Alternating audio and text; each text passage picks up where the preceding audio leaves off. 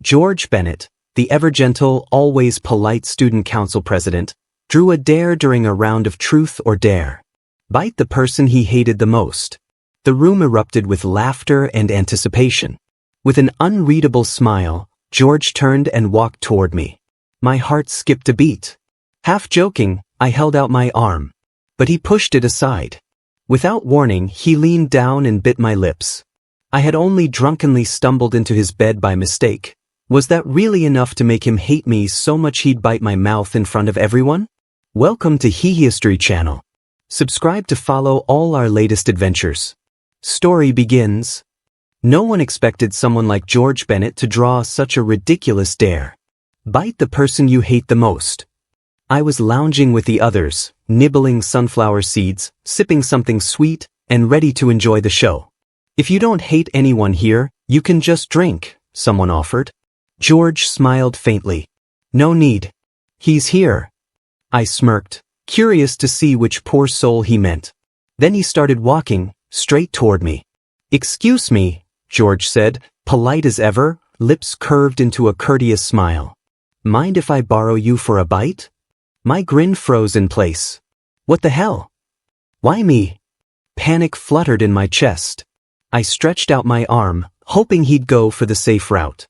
He grabbed my wrist, pushed it away, and leaned down to bite my lips instead. My heart flatlined. I nearly left my body. The moment his teeth sank in, a jolt of pain and tingling surged through me. I instinctively shoved him away. Why the hell did I become the one George Bennett hated most? We had barely spoken since I joined the council this semester. The only incident I could think of was 2 weeks ago during the team-building retreat, when I drunkenly stumbled into the wrong room. And, fate being what it is, into the wrong bed. We didn't do anything. I passed out. He woke up with mosquito bites all over his neck. That was it. Was that seriously enough to make him hate me this much? The whole room stared at us in stunned silence. I could feel my face burning all the way to the tips of my ears. My first kiss, just like that, gone, stolen by this bastard in front of everyone. I bolted to the nearest sink, frantically rinsing my mouth. And then, just my luck, I ran into George again, this time walking out of the building with our council's PR head, Ivy Laurie.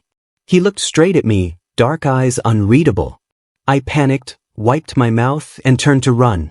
George's voice stopped me. Ivy, when are we announcing the promo for next month's basketball match?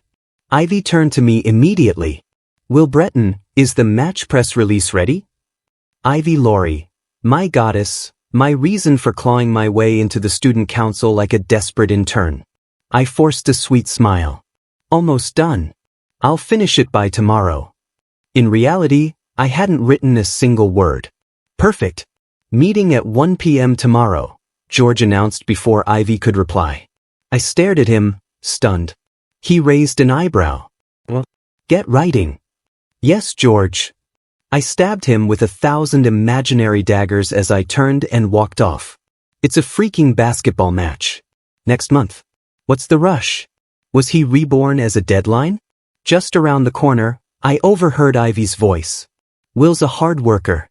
Why do you dislike him so much? George's tone was casual. He irritates me. You bite people's mouths because they irritate you. Ivy hesitated. Then why bite him there?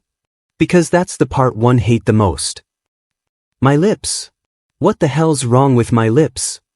People say they're nicely shaped, like a cat's, mischievous, soft, even a little sexy. What a waste, letting this grudge-holding jerk bite them in public. I stayed up all night, barely finishing the promo by dawn. After snoozing through my morning classes, I picked up Ivy's favorite cake on the way to the meeting room. Then I checked my phone, and almost fainted. Someone had posted a photo of the kiss on the school forum. The guys were disgusted. The girls? Shipping us to hell and back. 90% assumed I was the bottom. Either the world had gone mad, or I had. George Bennett, the ice prince who clearly despised me, had bitten my lips once. Who knows what he'd go for next? I came to the meeting fully armored. Mask, cap, hoodie, jeans, only my eyes visible. You hate looking at me? Fine. You don't get to. George and Ivy walked into the room and stared at me like I'd lost my mind. "Will Breton," Ivy said, half amused, "your sun protection game is stronger than mine. No wonder your skin's so fair." She looked at me like we were sisters. Not the look I was going for. George glanced over, gaze unreadable. I pulled my mask a little higher. "Ivy, I brought your favorite cake. Want some?" Her eyes lit up. "Oh wow, thank you." Just as we were dividing the cake, George appeared beside me. "I like this brand too. Can I have a bite?" Absolutely not. This was my tribute to Ivy. "Not a single crumb for you. Sorry, it's all gone." Before I could shove it into my mouth, George leaned in and took the piece right out of my hand, with his mouth. His warm lips brushed my fingers. "Thanks," he said, licking the corner of his mouth. "Sweet." My brain short-circuited. This smug bastard had zero concept of personal space. The entire meeting, George nitpicked every line in my proposal. As if stealing my cake wasn't enough.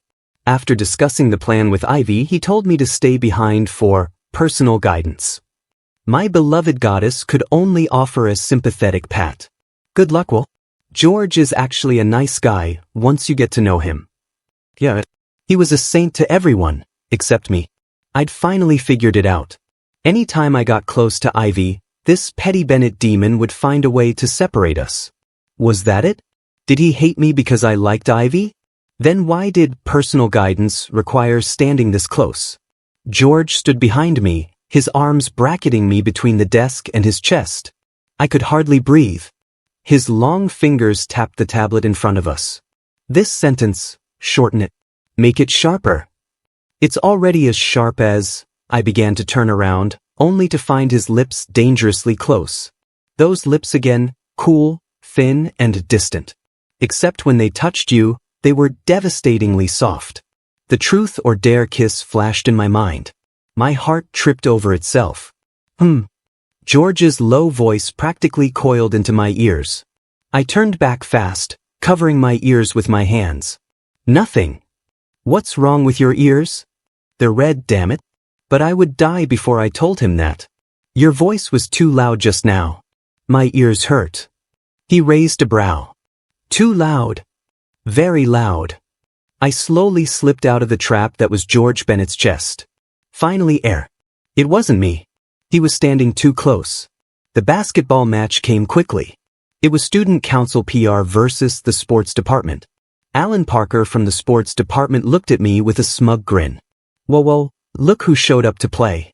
Think you can still walk straight after being bitten like that?" He'd lost to me during the PR department interview and joined the sports department out of spite. We'd been at odds ever since. One of his teammates chimed in. "Please, he's probably walking too straight. Bottoms bounce, don't they?" Laughter exploded around them. I surged forward, burning with anger, ready to shout back, until Ivy Laurie caught my arm. "Don't stoop to their level," she said calmly. "Just crush them on the court." I nodded. For my goddess, I would leave those jerks in the dust. But fate had other plans. Just as I jumped up for a clean layup, something snagged at my foot. I crashed hard onto the court, pain blooming in my knee like fire. Out of the corner of my eye, I saw Alan Parker jogging away, that smug smile still on his lips. My teammates shouted for a foul. The referee shook his head. "Play on." "Will, are you okay?" Ivy helped me sit up. I gritted my teeth. "I'm fine. I can keep playing." Our department was short on male players, and the few substitutes we had were not exactly helpful. I was about to limp back into the game when a large, firm hand pushed me gently but decisively back onto the bench. "I'll take care of it." The room fell into stunned silence. All eyes turned toward the calm, composed presence now standing before us. Ivy blinked in disbelief. "George, you're going in? Is that a problem?" "No, it's just, you never join these kinds of events. I don't particularly enjoy them." Despite his words, George grabbed a spare jersey and slipped it on in one fluid motion.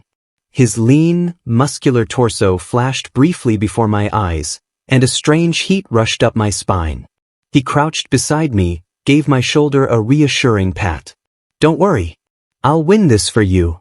I clutched my chest. Something definitely felt off. No one knew that the always polite George Bennett turned into such a beast on the basketball court. Every move he made zeroed in on Alan Parker, targeting the guy like a vengeful ghost. Alan barely broke free from George's relentless defense and leapt to shoot, only for George to outjump him with terrifying ease, swatting the ball away like it was nothing. Alan's face darkened. He glared and chased George across the court, looking ready to explode. George just smirked coldly. Then, with a quick pullback between his legs and a single step back, he had Alan off balance and nearly falling. George soared up for the shot, arm extended gracefully. His jersey caught the wind, showing the tight, defined lines of his abs. The ball arced, clean shot. As he landed, George deliberately bumped into Alan's shoulder, eyes brimming with challenge. He said something under his breath.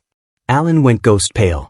When the final buzzer sounded, George had led our PR department to a brutal victory. A swarm of girls rushed to offer him water. He politely declined them all and walked straight over to me. "I'm thirsty." I panicked. "What do you want?" "I'll go buy it." George's gaze flicked to my mouth, then back to my water bottle. "Can I have some of yours? I already drank from it." "No problem." He took the bottle from my hand and drank, his fingers brushing mine, warm and dry. Something twisted in my chest. "What are you standing around for?" he asked. "Aren't you going to thank me?" "You already drank my water," I mumbled. Immediately regretted saying that. George blinked, then raised a brow. I flushed and tried to recover. "I'll buy you dinner." His lips curved into a smile. "All right, I'll be waiting." The night of our dinner, George texted me last minute. "Sorry, something came up. Might be late. Don't wait for me. If you're hungry, go ahead and eat." I sat alone in my favorite restaurant, staring at my untouched food, feeling strangely empty. I scrolled through my phone out of boredom. Then a photo popped up in the dorm group chat. It was Ivy Laurie, eyes red, being comforted by someone with a hand on her shoulder. The pose was intimate. Whoa, is Ivy actually dating the student council president now? Told you, they're always together. Had to be something going on. God-tier couple. We mere mortals can only weep and eat our crumbs. I stared at George's gentle expression as he looked at Ivy. Something inside me snapped.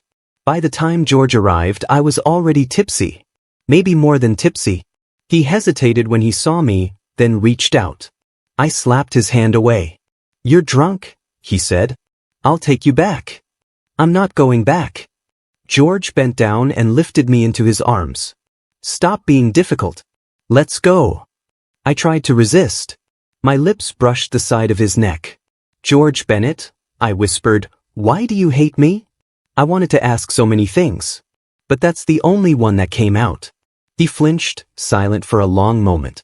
Then said softly, "Watch your tone. Call me senpai." No answer. Just deflection. I was already burning with emotion. Now I was fuming. "George Bennett, do you want to know a secret?" "What?" I bit his mouth. "I hate you too. So much." The last thing I remembered was the way his eyelashes trembled. And those eyes, dark, unfathomable. Then I woke up. In an unfamiliar bed. With a strong, muscular arm wrapped tightly around my waist. George Bennett's arm. I'm gonna die. For 2 whole seconds, my brain stalled. Then I carefully peeled his arm away from my body. Thank God, he didn't wake up. I sighed with relief. Then I saw the mess of clothing on the floor. His shirt tangled with mine, pants kicked off into the corner. A disaster zone that silently screamed what had happened last night. My stomach twisted. I picked up our clothes on tiptoe and bolted out of the room. This wasn't a dorm. It was a hotel near campus. He brought me here. It was past curfew last night. He probably just had no choice. But still, why share a bed? It was clearly a double-bed room. How did we end up in the same bed? Why does this feel familiar? Memory trickled back in. During the retreat, I'd also stumbled into George's room. That was a double-bed room too. Don't tell me. I climbed into the wrong bed again? A full week passed, and George didn't reach out once. We were both adults. A drunken mistake didn't have to mean anything. I understood that. But every day, something heavy sat in my chest, weighing me down. Then came the music festival event, ambushing me out of nowhere. The PR department was swamped. I was juggling finals and the promo copy. And George kept sending back every draft I submitted. He wasn't even in our department. Why was he micromanaging everything?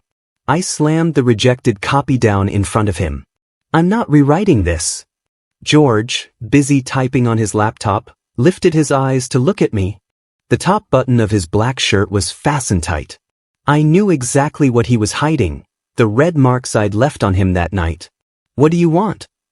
His voice was cold, distant, like he wanted nothing to do with me. I swallowed the irrational urge to rip open his collar, turned away. I've got finals coming up. I don't have time for all this. George Bennett didn't even stop typing. He just glanced at me. If you can't balance school and student council, you shouldn't have joined in the first place. Well, I didn't think it through.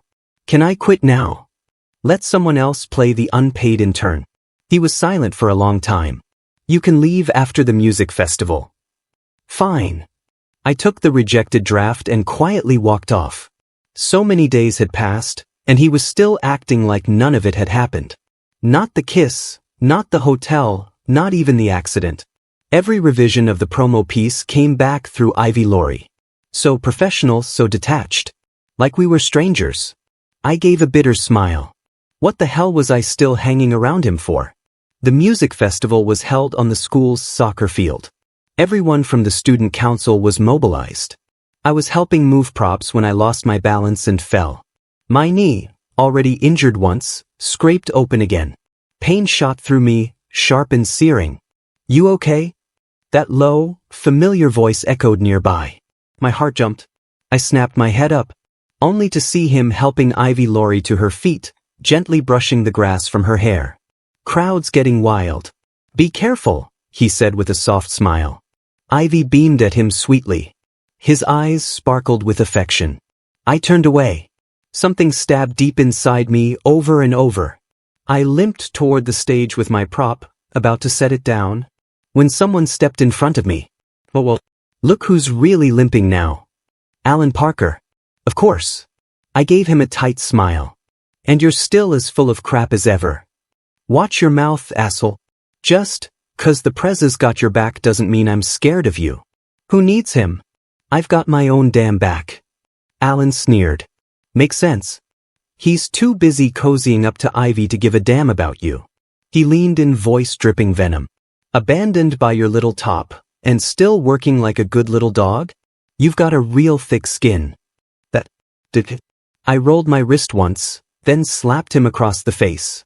Oops. Big mosquito on your cheek. Another slap to the forehead.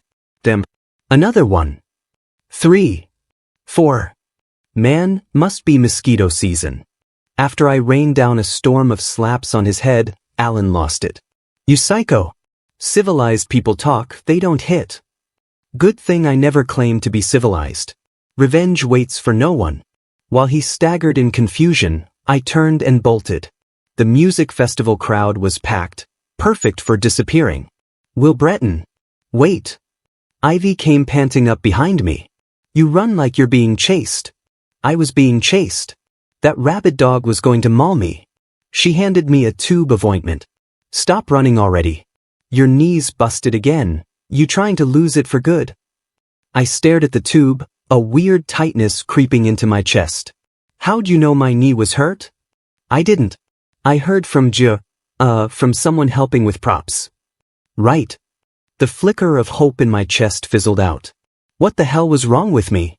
My goddess handed me medicine, and I couldn't even feel happy. What was I waiting for? The festival was chaos, people everywhere. After applying the ointment, Ivy went off to help with crowd control.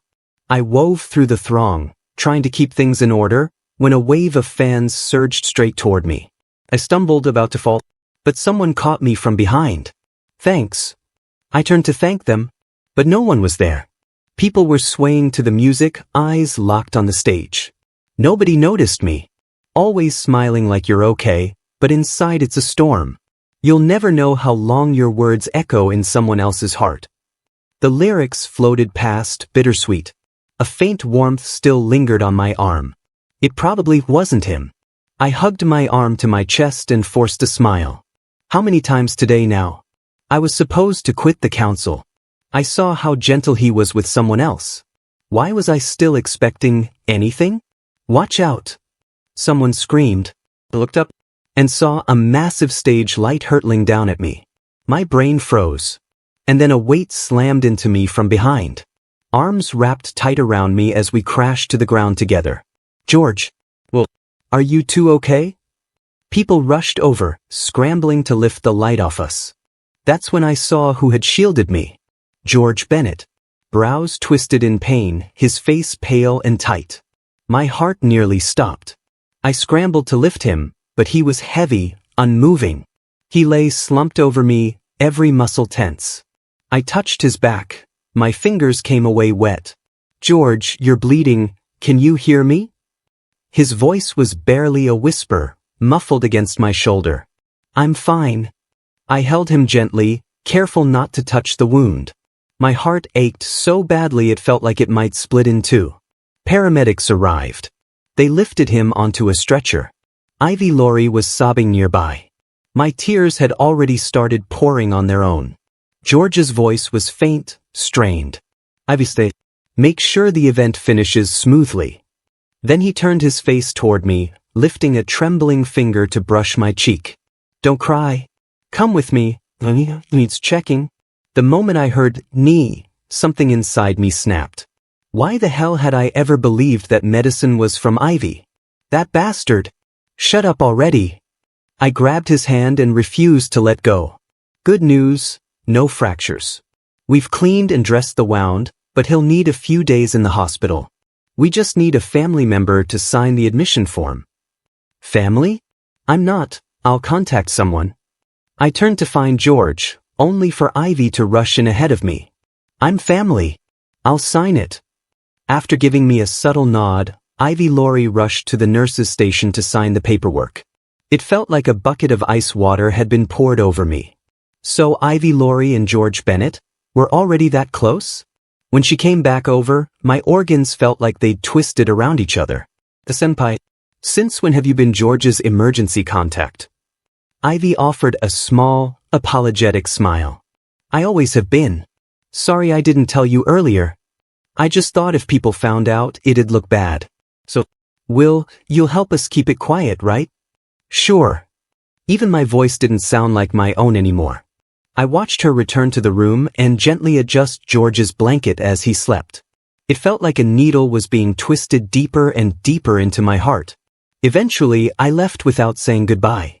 The moment I got back to the dorm, a message popped up on my phone. Why'd you leave so suddenly? What, was I supposed to stay and watch them play couple? Sorry. I was tired and needed some sleep. George asked if you got your knee checked. George Bennett, had he hit his head too? He had a girlfriend and still had time to care about my knee? Yeah. It's fine. He says to send him a photo of the exam report. Hi, he knew you didn't do it. Will, I've got something to take care of tomorrow. Can you take my shift to look after George? And don't forget to get that knee checked. Fine. After all, he got hurt because of me. The least I could do was help out until he recovered.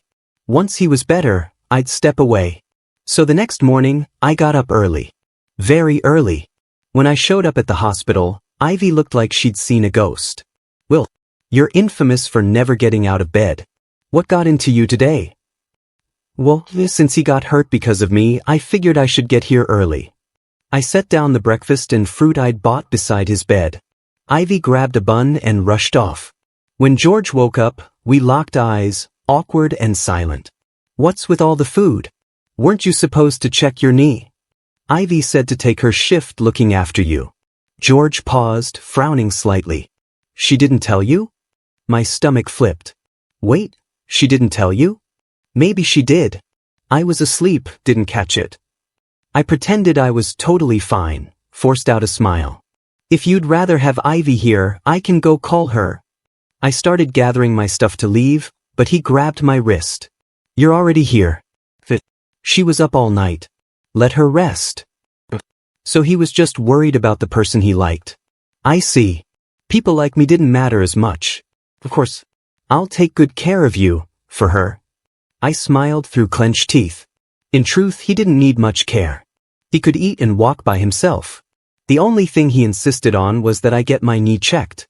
When I handed him the report, he finally looked satisfied. That night, Ivy still hadn't returned.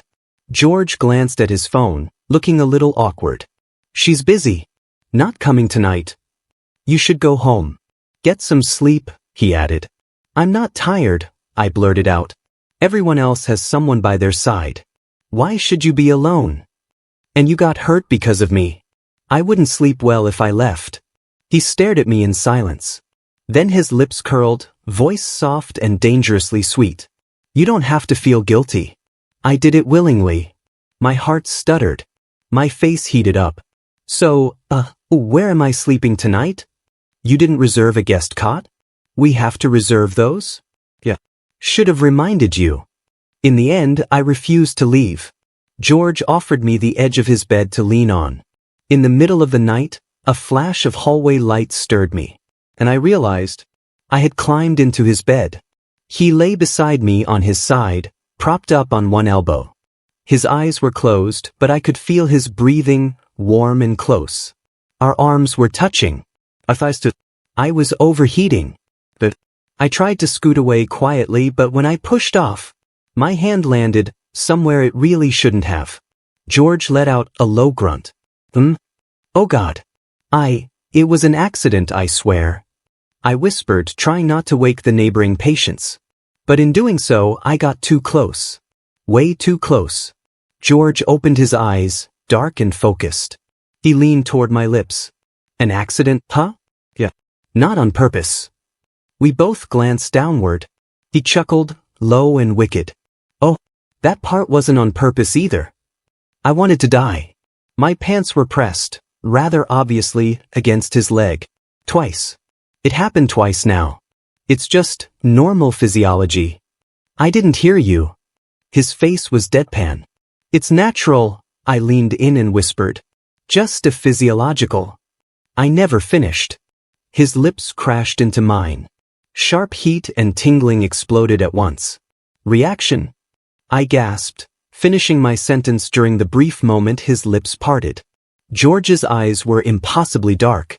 Still think this is normal? He murmured. My voice wasn't mine anymore. I really didn't mean to. His warm fingers traced the corner of my mouth. Shoo, don't talk.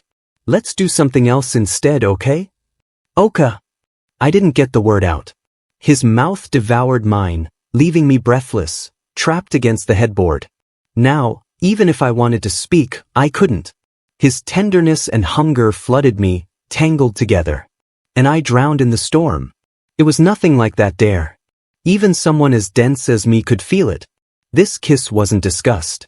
It was want, raw and unrestrained. He won the match for me. Brought me medicine. Took a hit in my place. George Bennett had to like me, at least a little. But so what? He already had Ivy. I never imagined my first love would begin with me being the other guy. When the nurse came for morning rounds, George grabbed me before I could escape. Why were you running? You were so obedient last night. I wrenched myself free. Ivy said she's coming. He blinked. Yeah. She told me. Then why the hell are you still holding me like this? He didn't let go until she walked in. I instantly yanked my hand away. Ivy gave me a look. Will, are you feeling hot? Your face is all red. I probably wore too many layers. She narrowed her eyes. And what happened to your lip? Maybe a bit of a heat rash. And your neck, those red marks? I slapped a hand over my neck, heart hammering. And mosquito bites. Ivy nodded slowly, clearly unconvinced. She turned to George with an expression that said, Seriously? Oh, then those marks on your neck are mosquito bites too, George? George Bennett's face didn't even twitch. Yeah. I was done for. Ivy Laurie had definitely noticed something. Wait, mosquito bites on the neck? Why did that feel so familiar? Back during the retreat, when I drunkenly crawled into the wrong bed, George had red marks on his neck the next morning too. Don't tell me. I was already the third party back then? I was guilty. I tugged at Ivy Laurie's sleeve, head bowed so low I could barely breathe. Will Breton? What's wrong? Hit me, I mumbled. She jumped. Don't scare me, why would I hit you? Wrong is wrong. Some lines have to be stopped before they're crossed further. Senpai, I did something I shouldn't have with your boyfriend. I'm sorry. I really am. I swear it won't happen again. Before Ivy could even process that, George Bennett yanked me aside, eyes wide with disbelief. You have someone else? He turned on Ivy. Since when do you have a boyfriend? How come I don't know about it? Ivy looked completely lost. Wait, what? I've never even dated anyone. I stood there dumbstruck as everything slowly clicked. You two aren't dating? Ivy looked even more confused. No? We're cousins. Didn't you know? You even promised to keep it a secret for us. Cousins? But the family thing? Oh God. Wrong kind of family. I stood there as if struck by lightning. I think I might have misunderstood something. The expression on Ivy's face went through about 6 stages in 1 second. So, did something indecent happen between you and my cousin last night? Cousins. They were cousins. George, calm again, smirked and said to Ivy, You saw everything. Isn't it time you called him cousin-in-law? Cousin-in-law my ass. I shot George a death glare. He only looked more pleased with himself. He took my hand and gave it a squeeze. So, you were willing to be the other man, and just couldn't say no to me last night? I swear to... I was trapped. Completely trapped. Can you guys at least stop with the PDA until I leave? Ivy looked emotionally exhausted. She asked a few simple questions about George's condition, then grabbed her bag and ran off. The patient in the next bed had just been discharged. Now we were alone, and George had me caged in his arms. My body was burning. I scrambled for a topic, any topic. So, why exactly did you and Ivy keep your cousin thing a secret? Because she's planning to run for the next student council president. If people know we're related, they'll think she's getting favors. He added, but to be honest, she really is the most capable one among the current department heads. So that's why, all that secrecy, and in the end, only I was left to misunderstand. George kissed my earlobe gently. Feeling wronged? No. Silly. You think I wasn't? That morning, when I woke up and you were gone, like nothing ever happened. You were so obedient that night, drunk and clinging to me like a kitten. I did not. I turned red. It's only because you bailed on dinner and were photographed hugging Ivy. That photo went viral in the dorm chat. Of course I got the wrong idea. Oh, that day? Alan Parker was pissed I beat him in the game and sent some guys to mess with me. Ivy happened to be with me when it happened. She got scared, so I was comforting her. So that's what it was. That mutt Alan Parker really deserves a beating. All those days I felt like crap. I should have slapped him harder when I had the chance. So, you don't feel wronged now? George kissed from behind my ear down to the tip of my nose. My face burned. So, did we actually do anything that night? And during the retreat when I got drunk, what happened then? George chuckled low in his throat. What do you think should have happened? I opened my mouth but couldn't find the words. Don't worry, he said. I wouldn't take advantage of you. I let out a tiny breath of relief, until he leaned close and whispered, But if you're the one taking advantage, what can I do? What? So, between us, who was on top? Is that important? Very. He grinned wickedly. If you really want to know, I'm getting discharged today. How about you don't go back to the dorm tonight?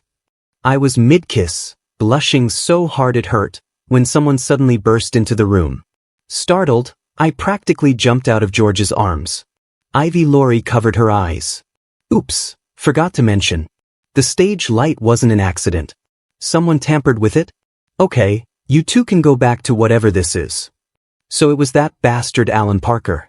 Still pissed about getting slapped, he decided to get revenge. He planned the whole thing, but didn't count on George stepping in. And now, After injuring a student council president with school connections? He was done for. When they found out it was him, he showed up with an enormous bouquet and a mountain of fruit. He fell to his knees in front of George, weeping dramatically. "Please, George, can't you say something to the school? Don't let them expel me. My parents spent a fortune just to get me in. If I get kicked out, they'll kill me. Please. If they don't kill you, I will." "Begging me won't work," George said, face calm and distant. But then his hand slid way too casually down my back. "I only listen to Will now. He's the one you should beg." Alan's expression froze. He gritted his teeth and forced out a smile. It was like watching someone cry and laugh at the same time. "Come on, you're a bigger person. Just let it go. I was impulsive, okay? You didn't even get hurt. And hey, you and George got closer because of it, right? I was basically your wingman." George laughed, low and delighted, the sound rumbling through my back. I gave Alan a death glare. "Wingman, yes. Still, if making my person laugh was the cost of letting this mud off lightly, fine." Death sentence lifted. But punishment was still due. I cleared my throat. "I can convince George to talk the school out of expelling you," I said, cool as ice.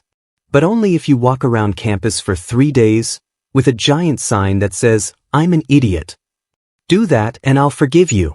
You son of a—" Alan Parker's eyes nearly bulged out of his skull. George Bennett stared him down, the weight of his gaze suffocating. "What? Still thinking about dropping out?" Alan instantly folded. "No. I'm good. I'm an idiot. I'll walk." I hadn't even seen Alan's walk of shame yet when photos of him carrying the sign flooded the school forum. People came out of the woodwork to air all kinds of dirty laundry, stories of Alan being a grade A jerk. The dog pile lasted a full week. Justice had rarely tasted sweeter. Months later, the new round of student council elections was held. Ivy Laurie won by a landslide and became the new president. As for me, she ambushed me with a ton of very compromising photos of me and George, and blackmailed me into staying in the council for another year as her unpaid grunt. George didn't just sit around either. He started interning at a big-name company. Even then, for the next council team-building event, Ivy dragged him out from his packed schedule. He came in a crisp suit, all broad shoulders and long legs. The kind of look that made your mind wander. And of course, during the Truth or Dare game, George drew a dare. Call your first kiss and propose. Woo-woo. The room erupted. Ivy elbowed me gleefully, eyes gleaming with mischief. George pulled out his phone and started dialing. I clutched mine tightly, heart pounding. And waited. And waited. The call never came. The disappointment felt like a punch to the gut. I watched George Bennett speak sweetly into the phone. Every word stabbed a little deeper. "It's just a game," I kept telling myself. "He's too popular. No way I was his first kiss." Honestly, even I didn't believe that. Everyone crowded around him, trying to eavesdrop. Only I sat in the corner, drinking my feelings into a fog. We'd kept our relationship quiet for so long, I told myself I was fine with it. But truthfully, when love has to stay hidden, it hurts in a way that's hard to explain. George glanced at the crowd around him, lips curling. "You all want to hear it so badly?" he said with a laugh. "Fine. I'll put it on speaker." A loud howl echoed through the room. Everyone froze. Turns out, George's first kiss was his family dog. First, I was jealous of his cousin. Now, I was jealous of his dog. While the dog barked excitedly on the line, George walked toward me, pretending to pout. What do? My first kiss rejected me. And then yelled at me. Then he dropped to one knee, took my hand. My second first kiss, would you accept my proposal? My heart was beating out of rhythm. My nerves had me paralyzed. Was he coming out? In front of everyone? I hesitated. Then the lights dimmed. People took out their phones and flashlights, shining them on us. George pulled out a necklace from under his collar. From it, he removed a ring and held it up. Will Breton, he said, aside from my dog, you're the only person I've ever kissed. And from now on, I only want to kiss you. Will you be mine, just mine, from this moment on? My heart skipped so violently it hurt. Everyone around us chanted, "Say yes! Say yes!" I was blushing so hard I could boil tea on my face. Leaning in, I whispered in his ear, "Was this your plan all along?" "I might have mentioned it to Ivy," he whispered back. "She brought it up in a council meeting." "You told everyone? That's so embarrassing. You're the one who never wanted to make it public." "I was thinking about your image." I pouted, then suddenly had a wicked thought. "George Bennett," I said, "if you let me top tonight, I'll say yes." He clicked his tongue and smirked. "Sure. You can try you tonight." "Try." I snatched the ring from his fingers and slid it on. "Bring it on. I'm not backing down." Spoiler alert, I had seriously overestimated myself. I'd barely said yes before I was whisked off to a hotel.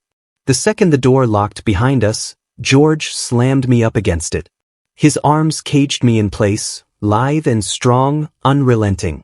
By the time I'd crumpled his perfect suit, his wave of passion had finally eased. He kissed my earlobe, his voice a teasing purr. "No going back now." I tried to act tough, but I changed my mind. "I want to cancel the proposal." "Oh." His lips brushed the ring that now matched his own. His voice dropped low, almost a growl. "Too late, babe." The end. Thanks for stopping by. Subscribe and hit the notification bell so you don't miss out on any new videos.